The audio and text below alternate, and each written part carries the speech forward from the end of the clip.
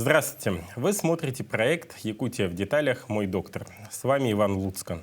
Проктологические проблемы – тема очень деликатная. Тут важна не только компетентность доктора, но и его подход к пациентам, приходящим на прием. Правильное общение с каждым из них. Колопроктолог – это именно тот специалист, с которым можно обсудить то, чем не всегда поделишься даже с близкими людьми.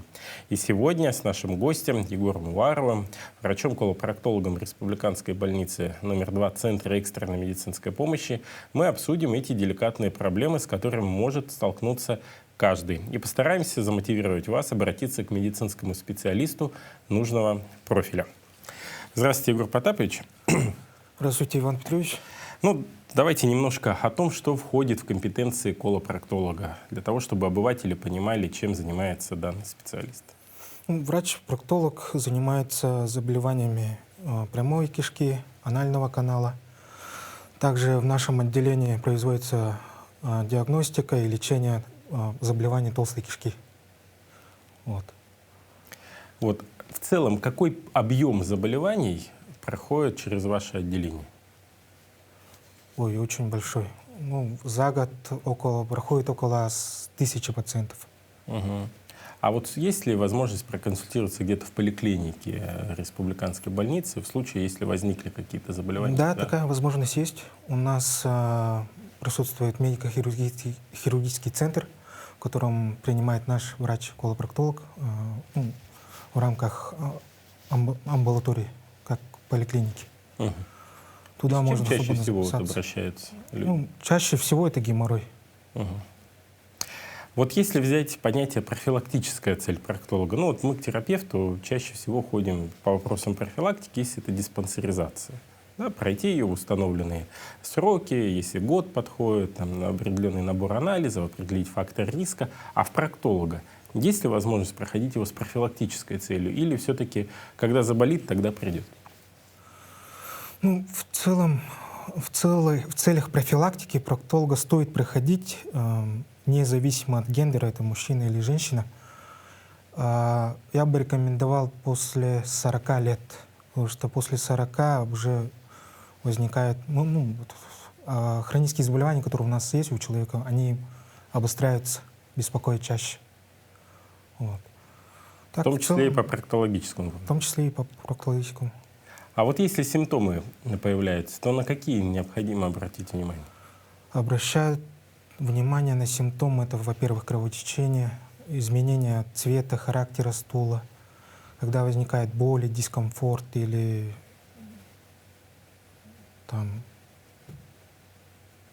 зуд, жжение. В таком случае стоит обратиться к проктологу.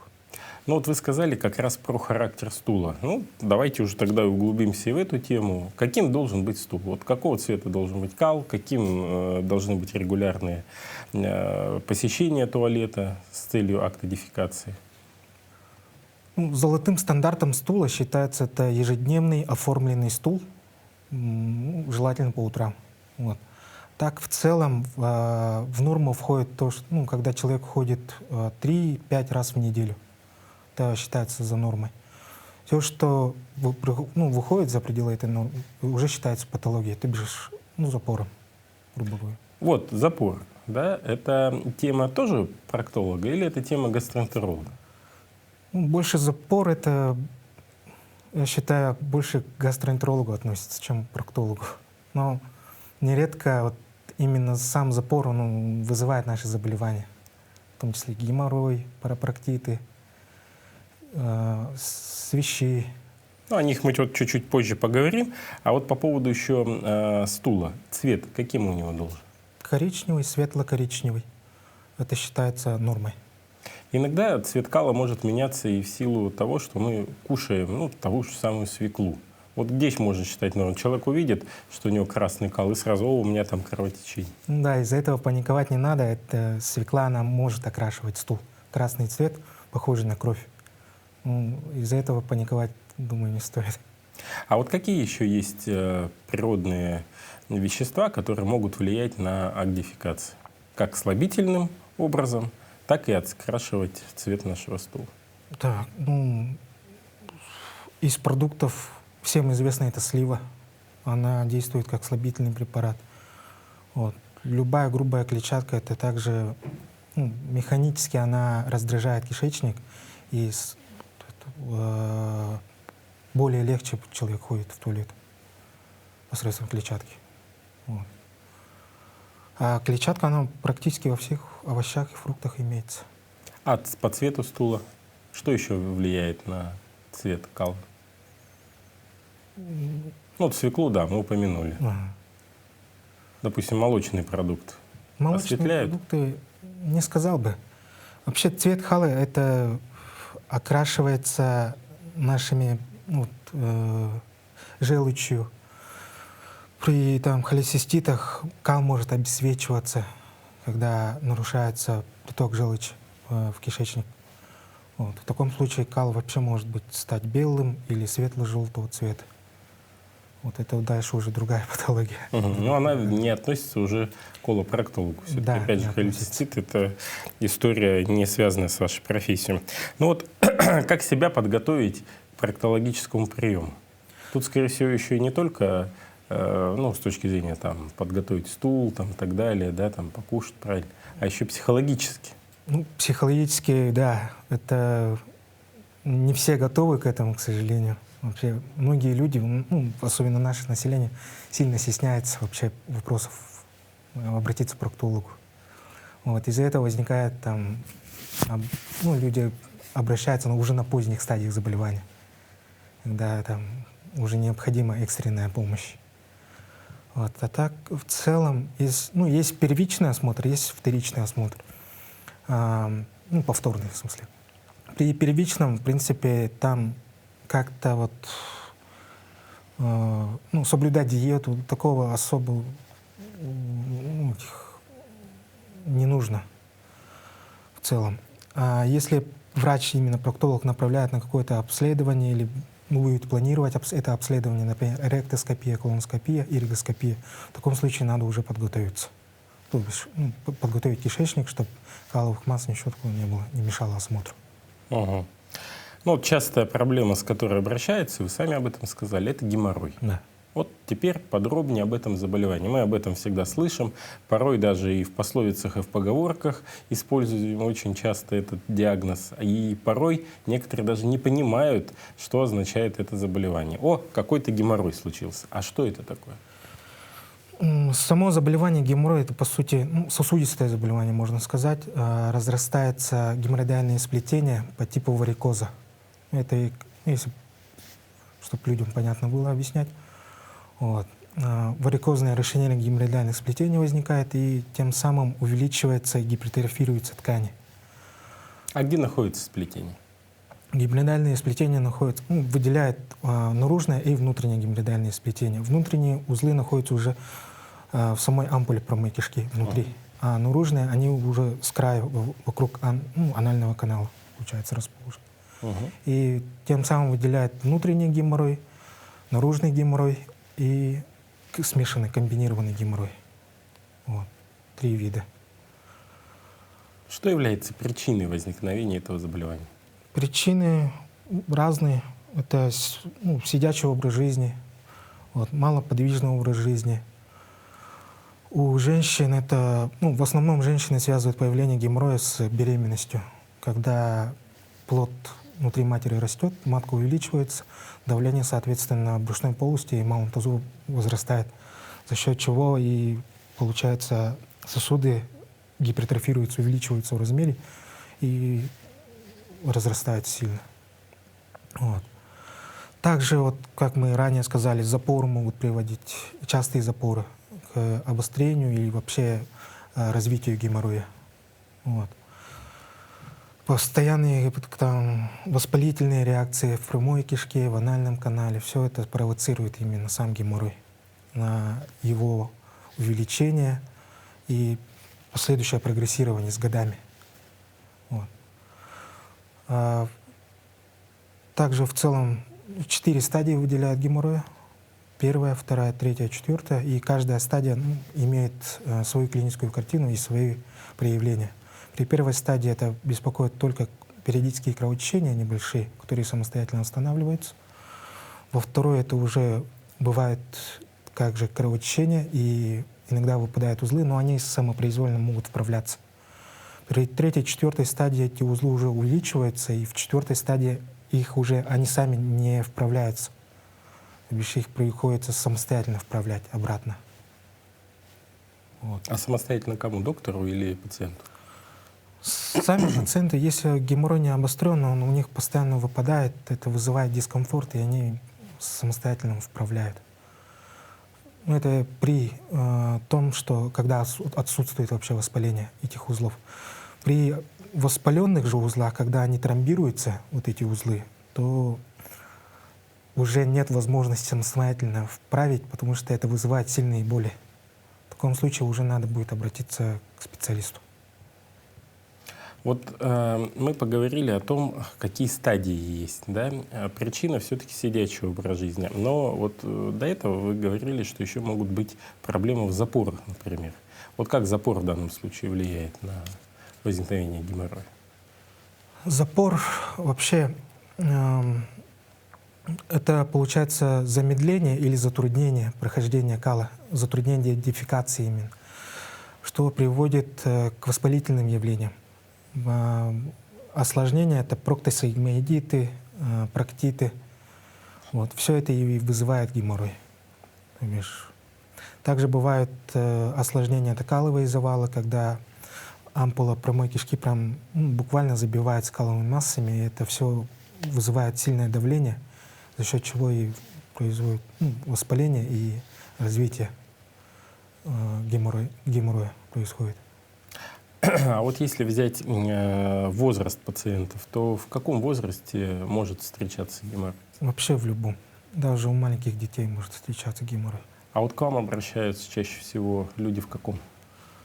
И мужчины это или женщины? Нет, такой вот, опять же, гендерной такой вот нету. Угу. Все обращаются, и мужчины, и женщины. Мужчины, понятно, почему не обращаются, потому что стесняются. Вот. Чаще, конечно, женщины. Особенно во время или после родов уже. Это чаще всего бывает. Детей мы не смотрим, потому что понятно. Да, профиль больницы взрослых. Совсем другой, взрослые люди. Вот. И возраст, в каком они обращаются, женщины довольно в молодом возрасте могут обращаться, это 30-40 лет. Мужчины уже постарше, когда у них узлы уже очень большие, где-то после 50 обычно обращаются.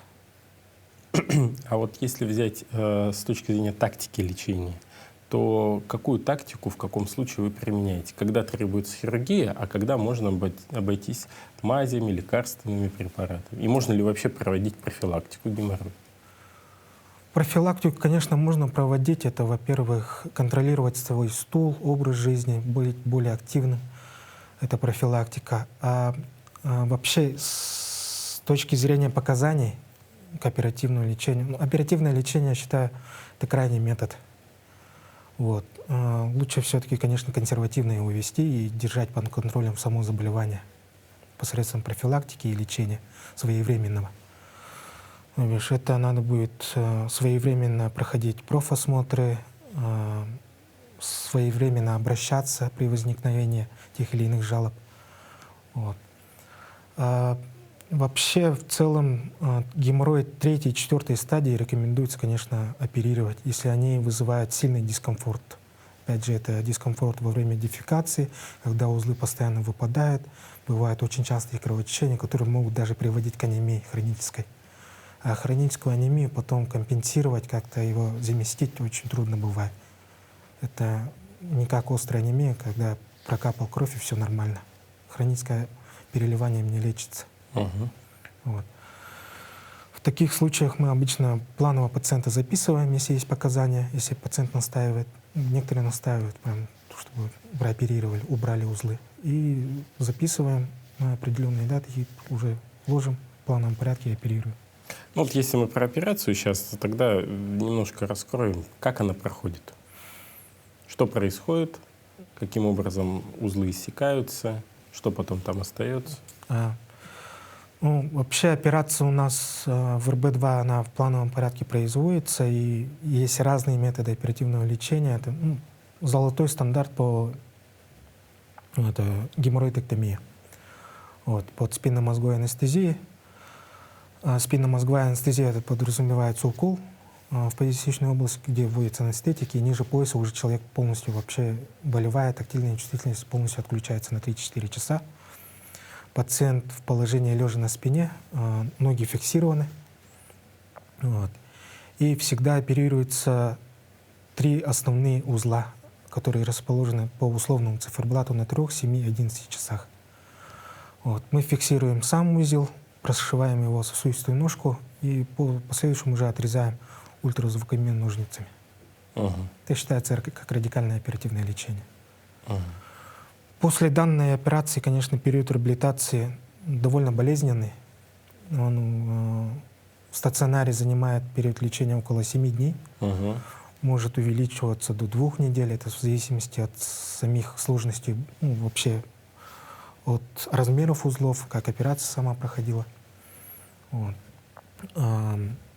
А полный период реабилитации, когда уже вообще полностью все заживает, он занимает около месяца.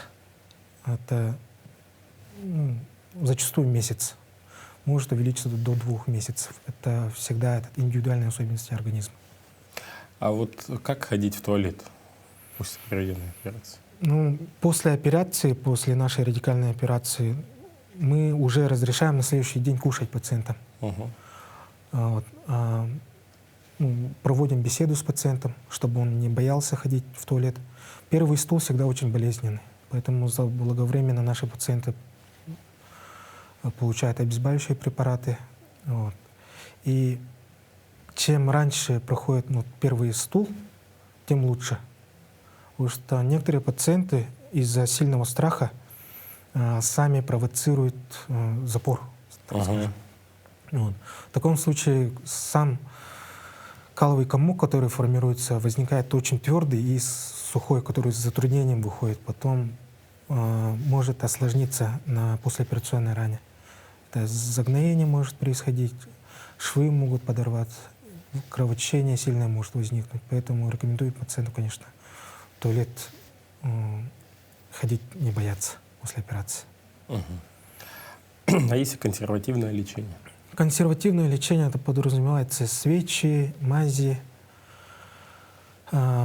И лечение всегда разное, потому что геморрой по-разному проявляется. При кровотечении другие свечи применяются, при тромбозах, при воспалениях другие свечи. Это все уже будет назначать врач после соответствующего осмотра, после сбора анамнеза и обследования. Консервативное лечение, насколько оно эффективно? Вот насколько оно может оттянуть срок до уже операции? Сроков консервативного лечения такого понятия, думаю, нету. То бишь лечение оно направлено на устранение, допустим, каких-то проявлений геморроя, как, повторюсь, кровотечение. То есть мы назначаем лечение от кровотечения, гемостатические свечи с противовоспалительным эффектом. Кровотечение останавливается. После этого рекомендуем уже в профилактических целях обратиться к специалисту в плановом порядке через месяц, допустим. Вот.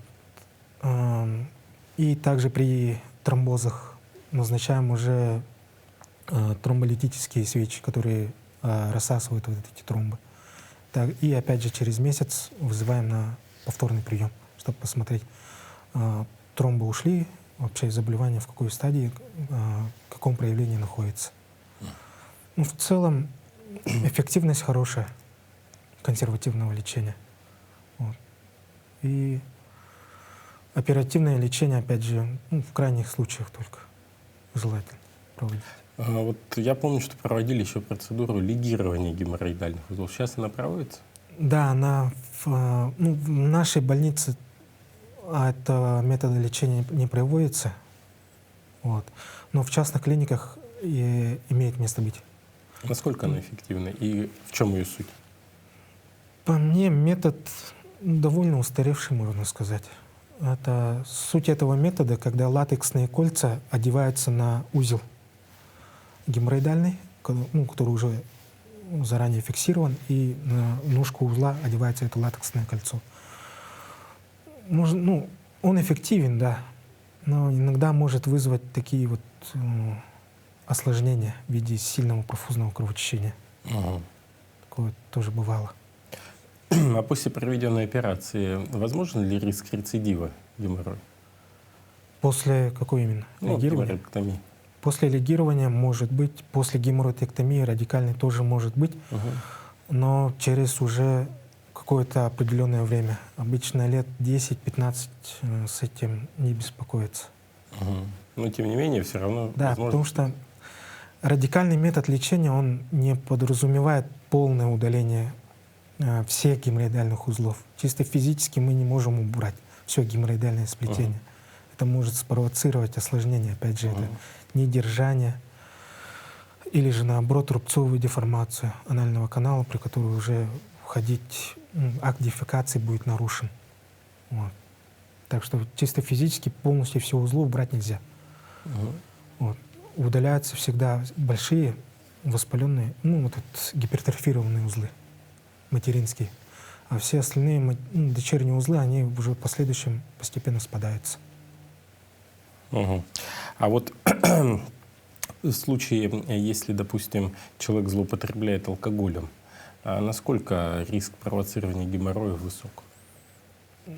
Алкоголь, я бы сказал, высокий риск создает вообще обострение геморроя и его дальнейшее развитие. При хроническом алкоголизме или вообще употреблении алкоголя может возникать такие состояния, как сгущение крови, что может спровоцировать осложнение геморроя, это тромбоз. Вот. Ну и часто такое бывало, когда после сильных гулянок Мгм. мужики обращались с сильными болями, кровотечениями, то, что узлы все выпали, они отечным уже обратно не вправляются. Это вот довольно часто такое бывает. То есть после новогодних праздников ждите сюрпризов в проктологическом отделении, да? А вот если вспомнить еще клинические случаи из практики, что-то вот такое яркое, запоминающееся из пациентов, которые вот с таким диагнозом попадали, в голову приходит? Бывали сильные кровотечения там, у пациентов с заболеваниями крови, когда у них была нарушена система свертывания крови. В таких случаях мы, помню, экстренно брали, оперировали, там очень много крови было. Вот. Бывали пациенты, которые самолечением занимались, до последнего тянули и вводили перекись водорода Прямо туда? по полупрямой кишке, да, что вызывало сильные ожоги слизистой Мгм. и еще большим осложнением приводило. Чем закончилось? Хорошо. Слава богу, тут своевременно, быстро обратились, как сразу почувствовали, не стали терпеть, так скажем. Вот. И консервативно все это мы разрешили в стационаре уже. Мгм. Операция не понадобилась. Не понадобилось. Вообще при обострении геморроя, когда вот происходит тромбоз геморроидальных узлов, в таком случае оперативное лечение не показано, плановое. Мгм. Экстренно может быть показано только в случае сильного кровотечения, которое не останавливается консервативными методами. Вот. А при тромбозах нежелательно оперировать, конечно. Ну вот мы про беременность говорили, а нужно ли какую-то профилактику проводить беременным геморроя на этапе самого процесса беременности? Ну, Может так быть, или какие-то иначе он, препараты? Или так или иначе он появится? да, он все равно появится, и думаю, нет такого, чтобы... Да и вообще спектр применяемых препаратов для беременных, он довольно сильно ограничен. Это понятно из-за чего, потому что беременность проходит плод. Может повлиять как-то на ребенка. Мгм.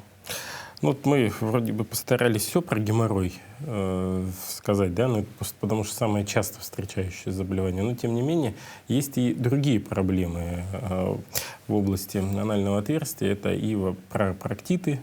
Вот давайте о них поговорим. Что это за заболевание, кто им подвержен и чем оно опасно для жизни человека? Парапроктит — это гнойно-воспалительное заболевание. Происходит абсцесс париектальной клетчатки. Вот. Этот абсцесс иногда самопроизвольно может скрываться, но так или иначе при его возникновении надо сразу обращаться.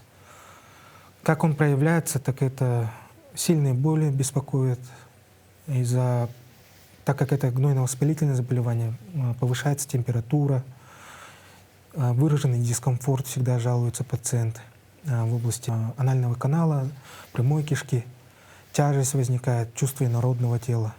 Вот. В таких случаях сразу лучше обратиться экстренно к хирургу в поликлинику или в нашу больницу. А причина его возникновения какая может? В анальном канале вообще присутствуют железы рудиментарные, которые вообще у всех, проток которых может забиваться. Угу. Сама железа свой секрет продуцирует, и в последующем вот этот вот секрет, который копится, может воспалиться, что потом перетекает уже в сам паропроктит. Вот. Зачастую паропроктиты вообще надо оперативно, экстренно оперировать, то бишь вскрывать, опорожнять полость абсцесса и полость абсцесса промывать. И чем плох паропроктит, это тем, что после него часто возникает еще одно заболевание — это свищ прямой кишки. Вот. Свищ — это получается канал, грубо говоря, который сообщается с полостью прямой кишки, его внутреннее отверстие, и наружной перианальной областью, там, где находится наружное отверстие. Вот. В будущем вот этот свищевой канал лучше удалять в плановом порядке, то бишь оперировать. Иначе, опять же, будут частые паропроктиты, рецидивы заболевания, которые потом... Там, где полость, там будет инфекция заново нагноится. И канал в последующем с каждым разом, с каждым воспалением, обострением, этот канал будет усложняться, так скажем. Внутреннее отверстие может еще глубже переходить, могут несколько наружных или внутренних отверстий возникать, которые потом уже будет очень трудно оперировать. Вот. Бывает вплоть до того, что приходится лигирование ставить, лигатурный метод. Вот. Это когда через весь канал, опять же, латексный фиксатор проводится, и в последующем пациент переводится на амбулаторное лечение, наблюдение у хирурга. Цель этого метода направлена на то, чтобы сделать сам свищевой ход, перевести со сложного в простой, и потом уже с легкостью прооперировать. Вот. А по поводу онкологических заболеваний, все-таки рак прямой кишки, он входит в число лидеров по заболеваемости, особенно у мужчин. Но, опять же, мы взаимосвязь установили, мужчины просто позже обращаются и доводят до такого состояния. Вот как часто к вам обращаются с этой патологией? Причины ее все-таки возникновения, на ваш взгляд, вот исходя из того опыта работы, который имеется, и что коллеги говорят, и что нужно сделать, чтобы не допустить все-таки? Обычно главный вопрос у пациентов бывает, может ли геморрой привести к раку прямой кишки. Нет, он не может привести, потому что это два патологии, вообще по механизму развития вообще другие заболевания. Геморрой к раку привести не может. К раку могут привести это малигнизация полипов, опять же, прямой кишки. Зачастую из-за этого и происходит рак, когда сам полип, он малигнизируется, то бишь переходит с доброкачественного в злокачественный.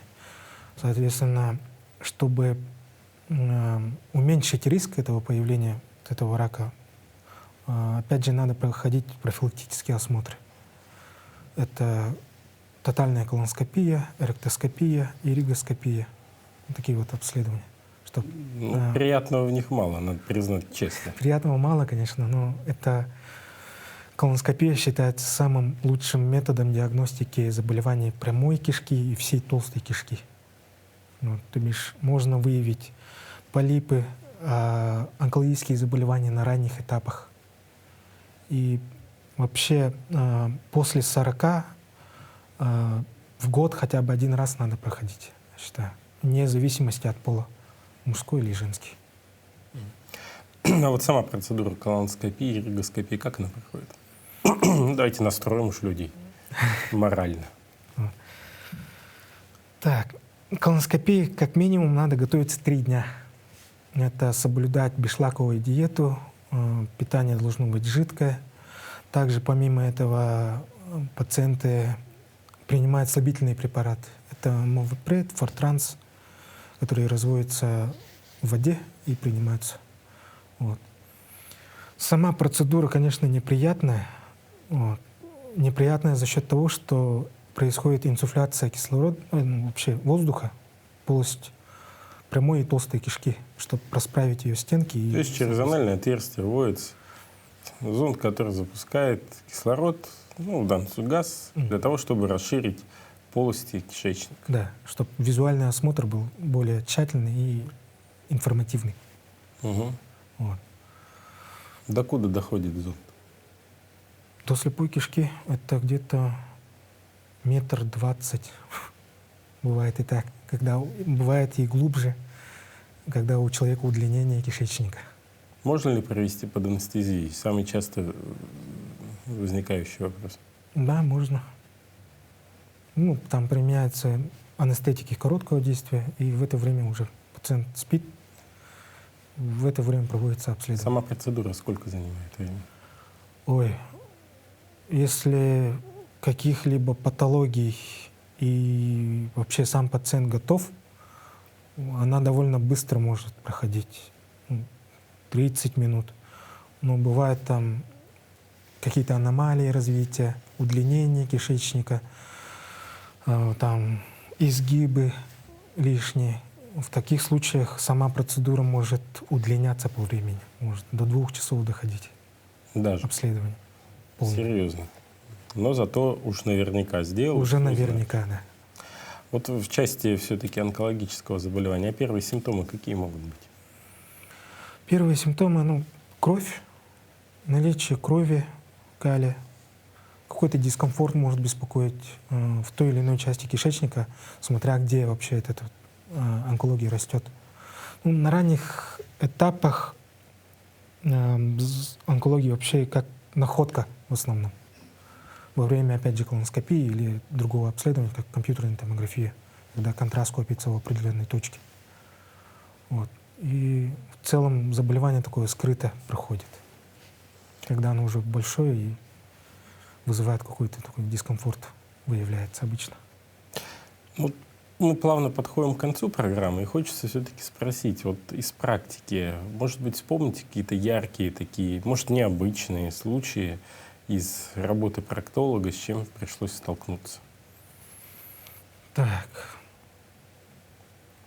Был пациент, который, таким с извращением вкуса, наверное, в большом количестве употреблял глину, Угу. что привело к образованию толстокишечного бизара. Глиняный комок забил практически половину толстой кишки. Ничего себе. Вот. Было довольно трудно его потом. Там почему осложнилось? Потому что функция толстой кишки — это всасывание воды, формирование каловых масс, электролитов, микроэлементов. И, соответственно, когда химус с тонкой кишки проходит в толстую кишку, оттуда начинает всасывание воды происходить. В данном случае всасывание больше в правых отделах. И, соответственно, в тех отделах толстой кишки у него возник, получается, глиняный бизар, который привел к кишечной непроходимости. Мы, тем не менее, консервативно его разрешили. Своял статую своим кишечником. Получилось. А еще? Так. Может, кто-то из-за типа питания. Вот я читал новость, там косточек наелись, они застряли. Да, бывали такие случаи. Бывали даже, приводили к перфорации толстой кишки, когда очень большие кусочки костей, но они плотные, острые бывают, и бывает пробивает стенку кишечника, и в таком случае уже обращаются в экстренном порядке, когда уже надо оперировать. И во время операции, как находка, бывает, кость находит. В общем, лучше вишни и абрикосы с косточками не кушать, Если съел одну косточку, надеюсь, не беда. Или Ну, это может редко быть? бывает, когда так незаметно для себя проглатывают такую вот большую кость. Угу. Так, из ранних случаев у меня был случай, когда ребенок проглотил иголку. Это я когда еще в деревне работал, проглотил иголку обычную, Ну, швейную. швейную иглу. Вот. И чудом она, не проколов, полностью вышла. Ничего себе. А как наблюдали? Наблюдали, производили снимки, рентген-снимки. Каждые 3 часа сначала, когда он в тонкой кишке находился, и потом уже смотрели продвижение вот этой вот иголки. На последних снимках уже иголки не было. Попросили маму промыть кал, следующий. Она промыла и нашла вот эту иголку. Угу. Сколько лет ребенку? Маленький был. Годик, 2-3. Нет, лет 5, наверное. Ну, слава богу, что все обошлось. В завершении беседы хочу сказать огромное спасибо за то, что нашли время, сегодня подошли, раскрыли секреты того, о чем обычно не говорят так вслух. И я очень рад, что наконец-то мы в своей программе приоткрыли завесы тайны доктора, который занимается вопросами заболеваний прямой кишки, анального отверстия, толстой, тонкого кишечника. И, конечно, это очень тема важная, нужная, потому что количество заболеваний, которые сейчас регистрируются и в Республике Саха-Якутия, да и в целом в стране, говорят о том, что заболеваемость тем же самым геморроем, заболеваемость раком прямой кишки у нас все равно остается на очень высоких уровнях. Поэтому еще раз спасибо. Хочу напомнить, что у нас сегодня в студии был врач-колопроктолог Республиканской больницы номер 2 Центра экстренной медицинской помощи Егор Уваров, и мы с ним говорили о работе колопроктолога. И, наверное, в завершении программы хочется в первую очередь обратиться к мужикам. Мужики, не бойтесь, надо сходить к проктологу, посмотреть, ничего страшного нет, страшнее потом те заболевания, которые могут появиться. Один осмотр, после этого уже принятие каких-то решений, или лечение, или какие-то определенные оперативные последствия. Но самое главное, мы сохраним свое здоровье. Еще раз благодарю за беседу. На этом выпуск программы «Якутия в деталях. Мой доктор» подошел к концу. Смотрите нас по будням в 19:15, а также повторы на канале «Якутия-24». Расскажем обо всем в деталях, чем живет здравоохранение Республики Саха-Якутия. Будьте здоровы. Всего доброго.